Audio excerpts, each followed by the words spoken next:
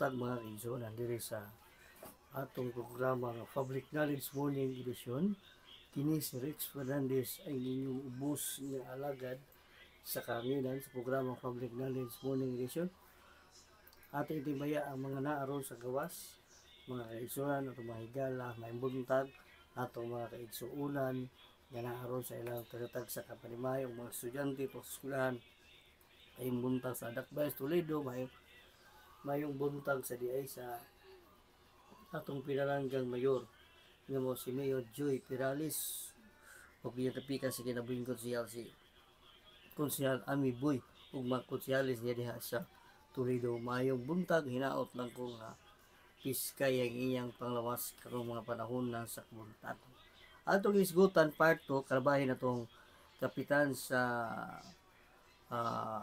Digos nga gipatay diha siya sa usbo na to. Katong pagpatay niya wala dito sud sa balay kundi dito ang gunman sa gawas nga ni pusil dito sa sud ni kapitan samtang nag-entertain sa tong tiguwa nga nag-turnover og pitaka mga kaigsoon. Kay tingalahan pitaka sa babae ang gi-turnover, picture sa laki ang naan na unod pag-ukab mga kaigsoon.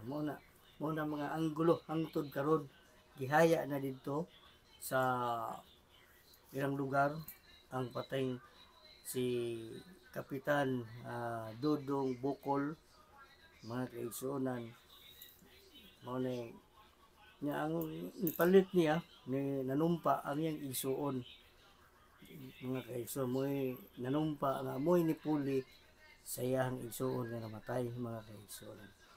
Daghan ng mga kuan anggulo nga gitan-aw sa kapulisan nga daghan na ug under investigation pa ang maong pagpatay sa kapitan diha sa Digos, Davao mga kaigsuonan. Ang usa sa mga pulis nga nasayn hepe girilibuhan sa iyang katungdanan mga kaigsuonan. Matod pa dito under investigation gipangita pa nila ang kinsay kuan idudahan tong tiguwa nga niadto investigar po ng tiguwa ingon sa wa ko ilabot kay ako na tinarong ko nag-turnover ako sa maong pitaka. Mao na nag-interview siya sa laing planeta mga kaigsuonan. Mao ni mga kaigsuonan may buntag sa tanang mga kaigsuonan ko tumating kuminaw diha sa lugar nga atong tangilang ko unya hapon sa programa Public Knowledge Afternoon Edition sa pagpadayon mga kaigsuonan unsay mga update mga balita regarding sa pagpusil patay kang Kapitan Dudong Bukol dito sa Digos. Ay buntag kayong tanan. Goodbye Philippines.